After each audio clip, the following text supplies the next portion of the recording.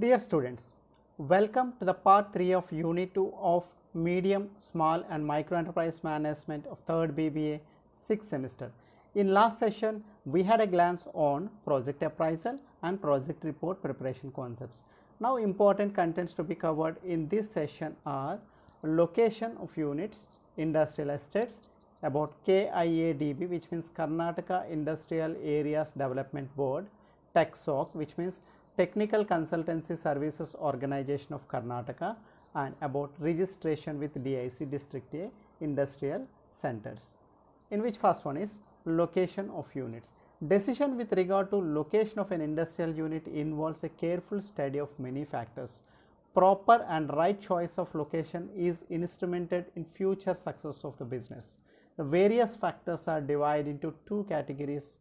Those are primary factors and secondary factors in choosing the location for the unit. Let us consider all the primary factors first. First one is availability of raw material. Second one, availability of labor, availability of power and fuel, availability of transport and communication facilities, and fifth one is nearness to market. These 5 factors can be called as primary factors in choosing location for the unit. First one is availability of raw material. First preference of entrepreneurs is availability of raw material at cheaper cost, at less transportation cost, and easy sourcing the raw material for the business would be the first choice in location of the unit. Second one is availability of skilled, semi-skilled and unskilled labor influences the location of the unit. Third one is availability of power and fuel, which means infrastructural facilities required for the business impact the decision of location for the unit. Fourth one is availability of transport and communication facilities also plays huge role in determining location of the unit. And fifth one is marketability of the end products and services will impact the decision of choosing location of the unit. These 5 can be called as primary factors in choosing location of unit. Let us look at secondary factors of choosing location of unit, in which first one is nearness to adequate banking and credit facilities. Second one, facilities of repairs. Third one, firefighting facilities. Fourth one, soil, climate and topology of a place. Fifth one, government policies and regulations. Sixth one, momentum of an early start. And next one, industrial atmosphere. And next one, personal factors of entrepreneurs. And next one, tastes and preferences of people. 10th one, political and economic situations. 11th one, possibilities of future expansion of the business. And next one, existence of competitive industries. And last but not least is availability of research facilities. All these can be called as secondary factors in choosing location for the unit. Let us briefly have a look at each point. First one is nearness to adequate banking and credit facilities. As you all know, credit plays huge role in running the business nowadays. So nearness to adequate banking facilities will determine the location of the unit to certain extent at least. And next one is facilities of repairs. If there is any breakdown for the plant or machinery, what could be the repair charges and where we can get these facilities at cheaper cost will be a deciding factor in choosing location for the unit. Safety norms and firefighting facilities will also be one of the reasons for choosing location for the business or enterprise. Next one, soil, climate and topology plays a very significant role in determining location, especially for certain products or services. Next one is government policies and regulations, which means government is offering huge subsidies if the unit is started in certain places, backward places or hilly regions. So that could be one of the factors for choosing a specific location for the unit. Next one is most convenient way to start the business will play a kind of significant role in choosing location of the unit, which also be termed as momentum of an early start. Next one is industrial atmosphere, where number of allied industries are established could be the right choice to start a business in certain cases. And next one is personal factors of the entrepreneur, his tastes and preferences will play a significant role in choosing location of the unit. Political and economic situations where the cost of actual manufacturing would be less or scale of economies is possible will be a determining factor in choosing location. Future expansion plans of the entrepreneurs could be a determinant factor in choosing location for the unit. The next one is for certain businesses, it requires common facilities for all the competitors within the industry. For example, Pharma City in Hyderabad, automobile clusters in Noida are best examples for such kind of things where all the players within industry will start the business or will start the enterprises in one geographical area.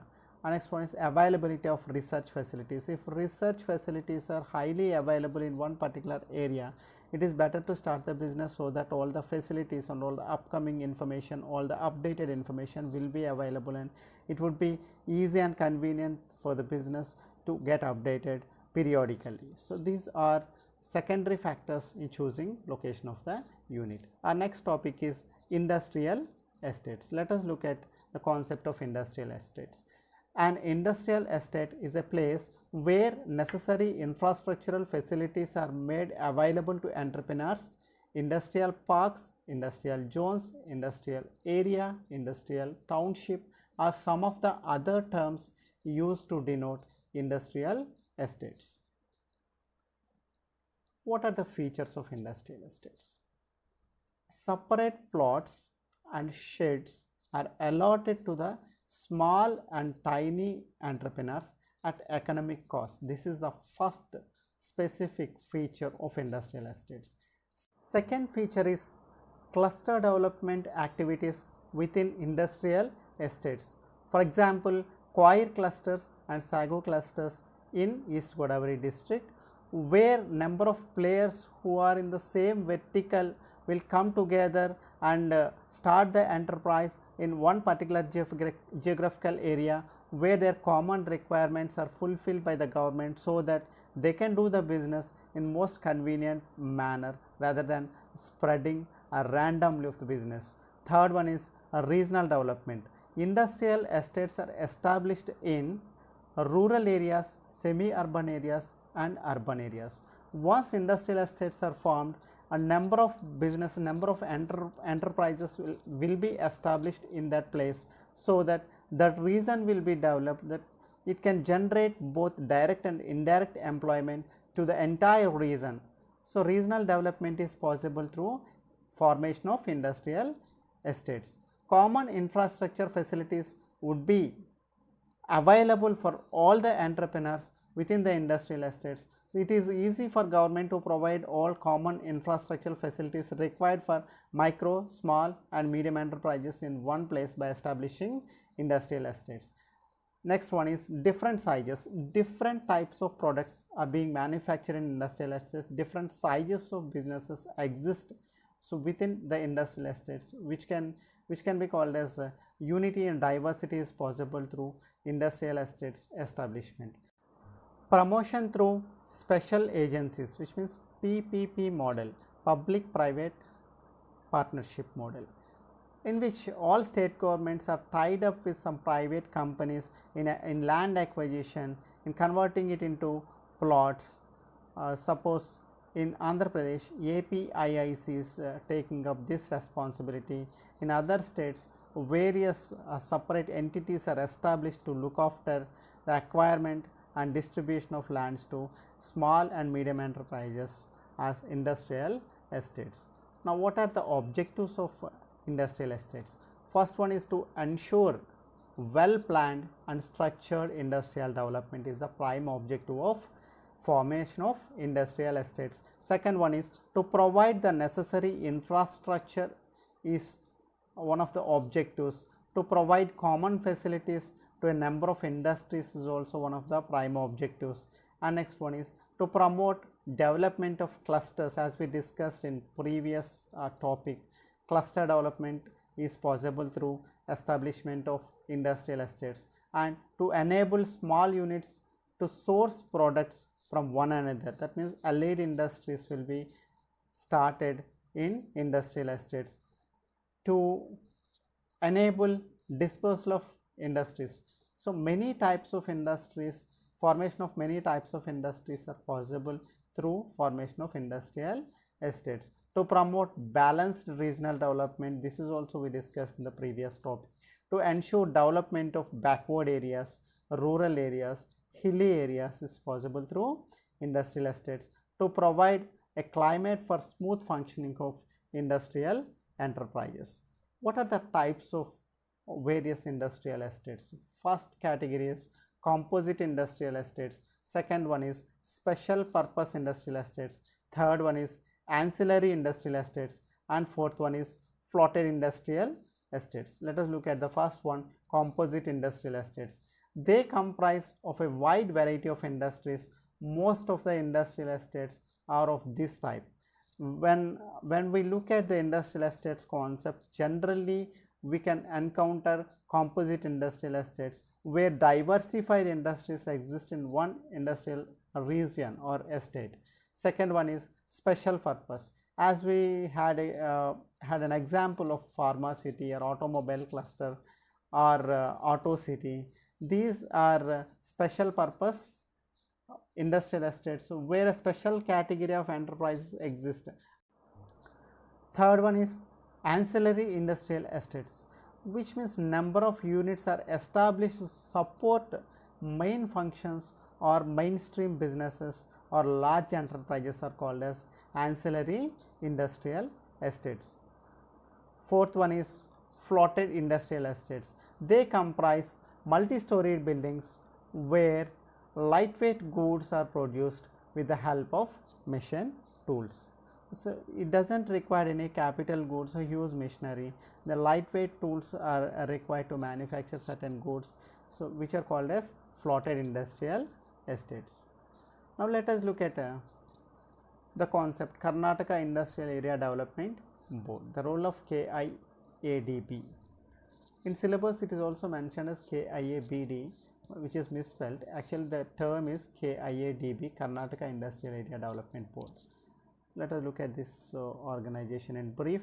Karnataka Industrial Area Development Board is a statutory body constituted under Section 5 of Karnataka Industrial Areas Development Act 1966, wide order number CL 67 GMI 66 dated on 20th June 1966 to promote a rapid and orderly establishment and development of industries and for providing industrial infrastructure facilities and other amenities in industrial areas in the state of Karnataka.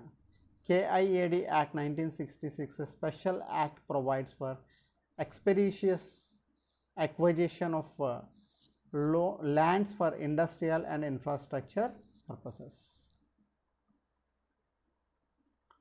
What is the main aim or what are the objectives of KIADB? It is to promote a rapid and orderly development of industries in the state, to assist in implementation of policies of government within the purview of KIADB Act, to facilitate in establishing infrastructure projects, to function on no profit, no loss basis. KIADB is established to support industries within the state of Karnataka. And if you look at all the four objectives, it is here to promote MSMEs and to assist the implementation of policies stipulated by KIADB Act, and to facilitate in establishing infrastructure projects within the Karnataka state, and to function as non-profit organization. If we look at the functions of KIADB, it is to acquire land and form industrial areas in the state and to provide basic infrastructure in the industrial areas, to acquire land for single unit complexes, to acquire land for government agencies for their schemes and infrastructure projects. So if you consider these functions, So it is involved in acquiring land for industries and distribution of land to the right parties, small and medium enterprises, and establishing industrial estates, offering various promotion to the entrepreneurs. These are the basic functions of KIADB. Now look at what are the online services offered by KIADB. Simplified and expedited registration process provides certification for non-encumbrance and assists in the market valuation of properties. Next one, computerized land records, registrations and title mutation process. GIS facilities, one-step access for investors to know more about investment opportunities. User-friendly features such as payments through net banking, credit and debit cards, status tracking and SMS alerts. So these are various online facilities provided by Karnataka Industrial Area Development Board. Now the second important organization in our syllabus is Technical Consultancy Services of Karnataka. TechSOC is a multidisciplinary management consultancy organization promoted by the government of Karnataka to provide reliable consultancy services in India. TechSOC has been excelling its expertise in a wide range of services.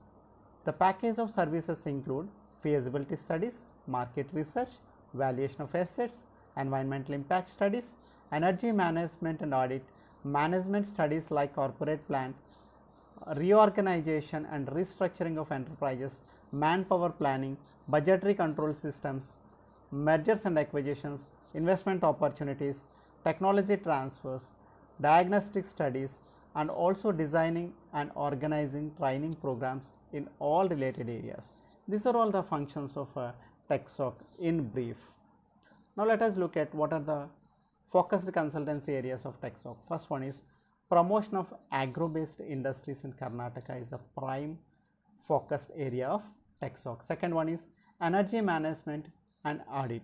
So periodical auditing, internal audit management services are provided by TechSOC. Third one is environment and ecology. Certain environmental impact on businesses or enterprises, and what could be the level of carbon emissions of industrialization, what could be the impact on ecology will be measured by TechSOC. And next one is human resource development is also one of the focused areas of TechSOC. Now other TechSOC activities, guidance in product selection and project identification, which means TechSOC helps the entrepreneurs in project preparation, project identification and product selection also. Market survey and market development advice. TechSOC works as consultancy for agro-based industries of a nodal agency of the Government of India. Diagnostic studies and rehabilitation of sick industries is also part of TechSOC. Environment impact assessment studies, environment management plans and propagation of cleaner production techniques, energy management and audit, valuation of assets for mergers and takeovers, infrastructure development project report, port tariff study and related areas, system study and software development, management studies, company formation, corporate plan, enterprise research, restructuring, etc. are few of other activities performed by TechSOC. And designing and organizing training program is also one of the key activities of TechSOC. Now let us look at the importance of district industrial centers. The district industrial center program was started by the central government in the year of 1978 with the objective of providing a local point for promoting small, tiny, cottage and village industries in a particular area and to make available to them all necessary services and facilities at one place. The finances for setting of DIC in a state are contributed equally by a particular state government and the central government. To facilitate the process of small enterprise development, DICs have been entrusted with most of the administrative and financial powers. For the purpose of allotment of land, worksheds, raw materials, etc., DICs function under the Directorate of Industries Each DIC is headed by a general manager who is assisted by 4 functional managers and 3 project managers. What are the various activities performed by district industrial centers? First one is economic investigation. So where there is an opportunity to start the business, in which verticals the entrepreneurs can go ahead with the proposals will be determined, will be assessed, will be investigated by DIC. So availability of plant and machinery for a certain business will be inquired. And third one is research, education and training is another kind of key activities of district industrial center. Procurement of raw materials or getting information on availability of raw material will be another key activities. And credit facilities, availability of credit facilities will be provided to the entrepreneurs, and marketing assistance to the entrepreneurs, cottage industry related information. These are the various activities performed by district industrial centers at ground level. What are the objectives of district industrial center? Is to accelerate the overall efforts for industrialization of the district. Second one is rural industrialization and development of rural industries and handicrafts. Third one is attainment of economic equality in various regions of the district.